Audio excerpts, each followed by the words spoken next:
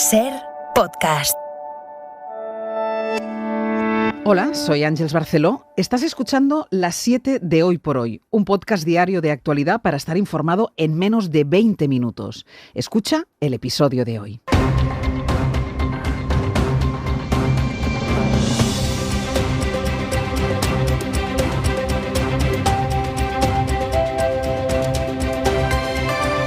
En la cadena SER, Hoy por Hoy, con Ángeles Barceló.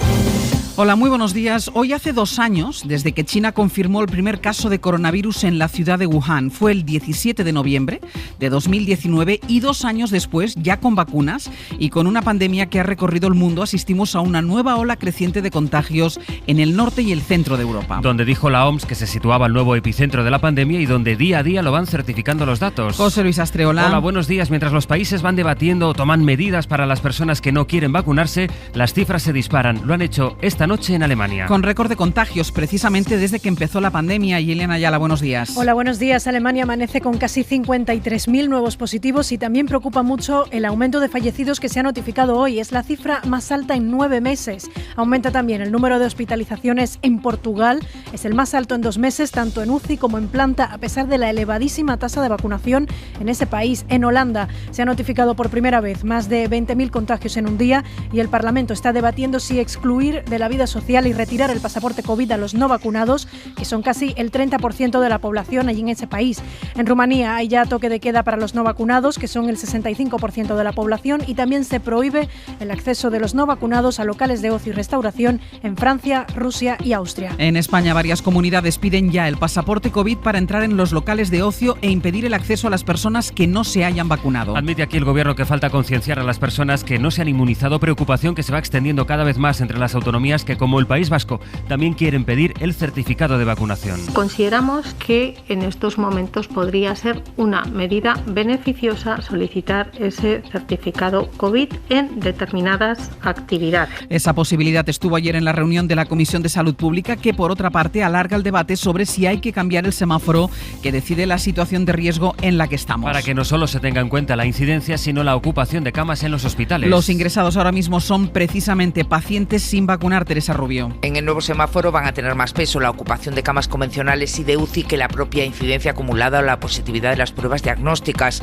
porque la vacuna no evita el contagio, este incremento de casos se esperaba, pero sí evita las formas graves de enfermedad. De hecho, el 85% de los pacientes ingresados son personas no vacunadas y el resto son pacientes con patologías previas que se agravan por el virus. Con un 90% de la población diana con pauta completa, el documento que se está debatiendo todavía con las comunidades autónomas sí prevé la posible petición de certificados COVID o de pruebas diagnósticas para evitar la transmisión del virus en los espacios y eventos que decidan las autonomías.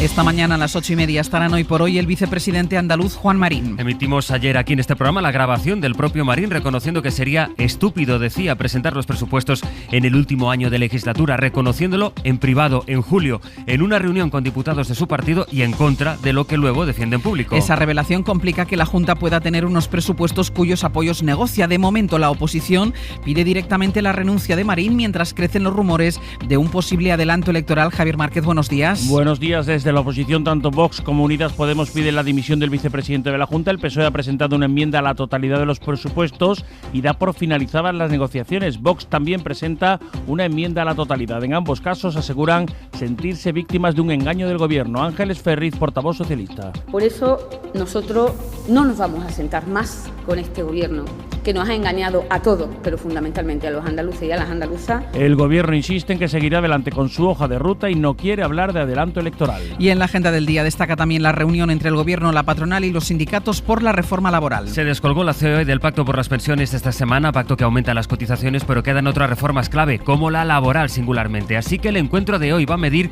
pues cómo está el clima social. El Ejecutivo confía en que la patronal siga en esa mesa de diálogo. Todos los agentes que están en ella, desde la COE a CEPIME hasta UGT y Comisiones Obreras, se están dejando la piel. Estamos trabajando en el Gobierno de España y los agentes para alcanzar un acuerdo. El PP defiende su reforma laboral y critica ese acuerdo con los sindicatos sobre las pensiones. Lo hace su portavoz, Cuca Gamarra. Con esta línea, con este camino que han emprendido ayer, además sin diálogo social, evidentemente no es el camino correcto para garantizar la sostenibilidad del futuro de las pensiones en nuestro país. Y en la crónica del mundo, Chile. El presidente Piñera ha hecho de la imprudencia, de su incontinencia y avaricia y de sus conflictos de intereses una constante. Ver cómo la cara del presidente de Chile aparece en toda la prensa internacional como un campeón de la corrupción.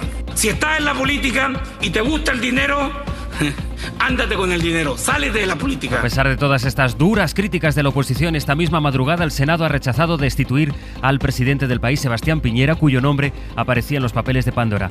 Chile va a celebrar el domingo la primera vuelta de las presidenciales.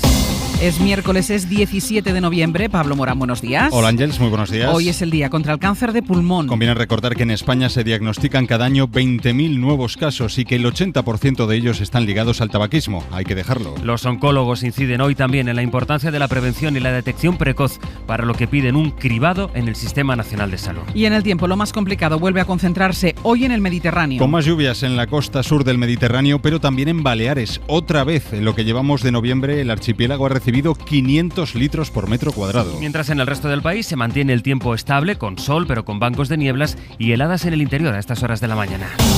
Hoy por hoy, Ángeles Barceló. Y a las 8 volveremos a Cádiz, donde todavía resuenan los ecos de los disturbios de ayer en los astilleros.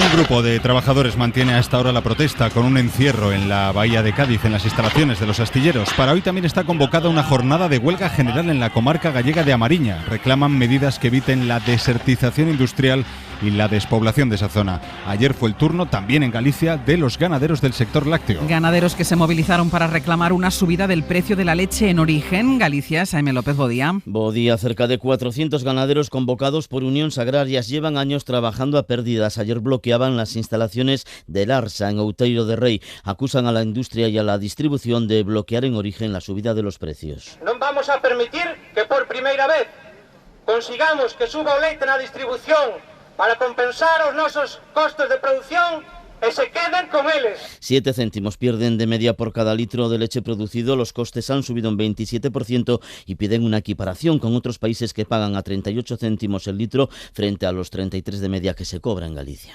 Este es el clima que antecede a la reunión de hoy entre Gobierno y agentes sociales para intentar avanzar en la nueva reforma laboral. Es la cita del reencuentro entre el Ejecutivo y la patronal después del plantón de los empresarios al acuerdo sobre las pensiones. Un acuerdo que también ha levantado críticas entre los socios parlamentarios del Ejecutivo por falta de información sobre el contenido de esas reformas. Detalles con Carolina Gómez. La reforma tiene que estar en el BOE antes de que acabe el año y el Gobierno va muy apurado con el trámite parlamentario. El mecanismo de sostenibilidad pactado con los sindicatos se va a introducir vía enmienda en la Ley de Pensiones y su debate en el Parlamento va a tener que ser exprés porque los trabajos de la Comisión se cierran ya y la reforma aún tiene que pasar por el Pleno e ir al Senado. Para aprobar esa enmienda, el Gobierno necesita el apoyo de los socios que se quejan de falta de margen para estudiar una medida tan trascendente. Gabriel Rufián Esquerra, Ferran Bel, PDeCAT. Nosotros, por ejemplo, le hemos presentado al Gobierno, tanto a Escrivá como a Yolanda Díaz, en definitiva, 55 páginas de enmiendas y todavía no tenemos respuesta. Los acuerdos de este calado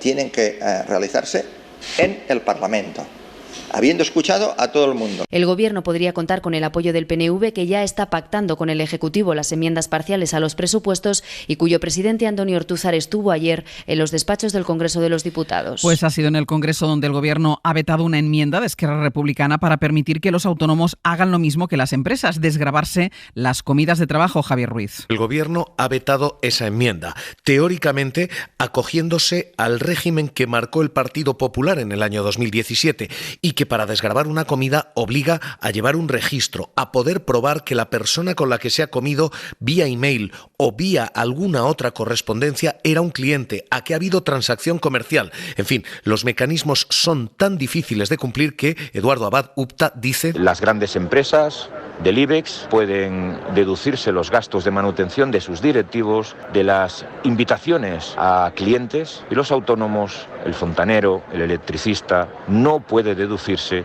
un simple menú del día. De momento, el régimen va a permanecer tal y como lo dejó el Partido Popular. El PSOE veta las enmiendas que habrían permitido esa desgravación. Por cierto, que tal y como avanzó la SER, lo que sí se ha aprobado este martes en el Consejo de Ministros es el proyecto de la nueva ley de atención al cliente. Un texto que aspira a acabar con esto. Lo siento, no te he entendido. Por favor, di dígito a dígito o marca. Seguramente les resulte familiar este sonido. La nueva ley garantiza que los clientes puedan reclamar ante una persona física y cualificada y no tengan que interactuar con un robot. Pero las organizaciones de consumidores creen que se queda corta. Eladio Meizoso. Facua se ha declarado decepcionada por la norma, con argumentos que expone su portavoz Rubén Sánchez. Una norma que elimina la obligación de tener al menos un correo electrónico para las empresas, una norma que permite cortar suministros a los consumidores por deudas que hayan cuestionado ante las administraciones, una norma que demora nada menos que hasta un mes el plazo de respuesta a las reclamaciones y una norma que ni siquiera fija indemnizaciones para las no respuestas a los consumidores o para contestaciones que superen ese plazo laxo de un mes. Anuncia que intentará influir para que se introduzcan cambios antes de que el anteproyecto vuelva al Consejo de Ministros o más adelante durante su tramitación parlamentaria. Las 7 de Hoy por Hoy. SER Podcast. Y a pesar de todo, el Gobierno mantiene el compromiso de Pedro Sánchez con el precio de la luz. Tenemos compromisos claros que cumplir en materia del coste de la electricidad y lo estamos haciendo, lo vamos a cumplir a final de año. Por tanto, la cuestión energética, sabemos de la sensibilidad social que suscita. Y ese compromiso que recordaba la portavoz del Gobierno es que a finales de este año terminemos pagando por la luz lo mismo que en 2018, pero el megavatio hora sigue por las nubes. Está hoy cerca de los 200 euros el megavatio hora. También siguen máximos el gas natural. Ayer subió un 15% más. Subió de repente por la decisión de Alemania de paralizar el futuro gasoducto que debe servir gas ruso a Europa a través del mar Báltico. Hablamos de un proyecto que tiene nombre, el Nord Stream 2. Berlín, Carmen Viñas. El controvertido gasoducto Nord Stream 2 del mar Báltico sufre un revés. La Agencia Federal de Redes ha suspendido temporalmente su procedimiento de certificación y sin ella el gasoducto no podrá ponerse en marcha. Este organismo, dependiente del gobierno alemán, considera que la certificación solo podría considerarse si el operador, con sede en Suiza y controlado por la gasista rusa Gazprom, adopta una forma legal acorde a la legislación alemana. Para solucionar el problema, la compañía Nord Stream 2 creará una filial que se ajuste a la ley alemana, pero hasta que todo esté listo, el proceso de certificación quedaría suspendido durante varios meses. La decisión llega en un momento de gran tensión diplomática en las relaciones entre Rusia y la Unión Europea por la crisis con Bielorrusia, aliado de Moscú, y los movimientos de tropas rusas en la frontera de Ucrania. Pues precisamente el secretario general de la OTAN ha advertido a Rusia sobre esos movimientos de tropas. Este martes, en un almuerzo con los ministros de Defensa de la Unión, Jens Stoltenberg aseguró que es extremadamente importante que Rusia entienda la importancia de impedir una escalada militar en Ucrania. Y para colmo, añadimos a todos esos frentes el choque de Occidente con Rusia por la destrucción de uno de sus satélites que puso en riesgo la Estación Espacial Internacional. Eso es al menos lo que denuncia Washington, pero el ministro de Exteriores ruso, Sergei Lavrov, les devuelve la pelota. Washington dice que Moscú está poniendo en peligro la seguridad del espacio. Eso es sencillamente hipócrita porque no hay argumentos que respalden dichas afirmaciones. Pero yo sí que les voy a decir una cosa, y esta sí que es verdad. Estados Unidos ignora constantemente nuestra iniciativa junto a China para firmar un acuerdo que limite la carrera armamentística en el espacio exterior. Este es el contexto internacional y europeo en el que hoy se va a celebrar una cumbre de alto nivel entre España y Turquía, informa desde el país Luis Miquel Hurtado. Mucho hay por hablar después de 3 años sin reuniones de alto nivel, en esta séptima que contará con encuentros bilaterales de los ministros de Interior, Exteriores, Trabajo, Industria o Defensa. Los efectos de la crisis de Bielorrusia o la cuestión siria estarán sobre la mesa, pero también los esfuerzos por destensar las relaciones entre Turquía y la Unión Europea, donde España ha jugado tradicionalmente un papel de mediadora entre Ankara y otros socios. De hecho, fuentes oficiales españolas describen el entendimiento presente como de lealtad y honestidad.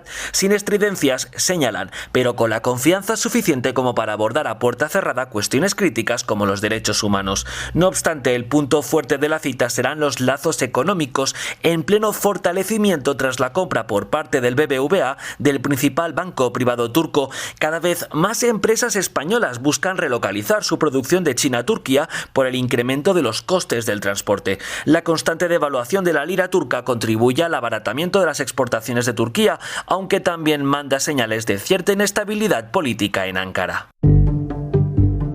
Bruselas será hoy escenario de otra concentración laboral. La de los interinos, que protestarán para que se revisen y legalice su situación. Corresponsal Griselda Pastor. A las 12 sí volverán a las puertas del Europarlamento para 2 horas de protesta como la que realizaron ayer, argumentando que el proyecto del gobierno no sirve para quienes encadenan contratos sin continuidad, es decir, con interrupciones de semanas o meses, un problema que aseguran afecta a 800.000 interinos a los que quieren representar, reuniéndose ayer con los representantes de todos los grupos parlamentarios, incluido el PSOE. Yo creo que la postura ha sido bastante comprensiva y de verdad nos ha ofrecido también el poder contar con ella y podernos reunir en privado para poder trasladar lo que nosotros estamos exigiendo. Aunque a estos interinos, hay que decir, les habría gustado que la representante socialista se quedara un poco más de tiempo en la reunión. Y además, Pablo, el ordenador más potente. Lo ha presentado esta noche IBM. Le han puesto el nombre de Eagle, que significa águila en inglés, y es efectivamente el ordenador cuántico más potente que se ha desarrollado hasta ahora. Son máquinas capaces de hacer en segundos operaciones que las computadoras conocidas hasta ahora tardarían miles de años en completar. Si la potencia de un ordenador se mide en bits, Eagle tiene tantos bits como átomos tienen los 7.500 millones de habitantes que tiene el planeta Tierra. Suscríbete a las 7 de Hoy por Hoy. Todos los episodios y contenidos adicionales en la app de Cadena SER y en nuestros canales de Apple Podcast, Spotify, iVoox, Google Podcast y YouTube. Escúchanos en directo en la SER de lunes a viernes a las 7 de la mañana. Cadena SER. La radio.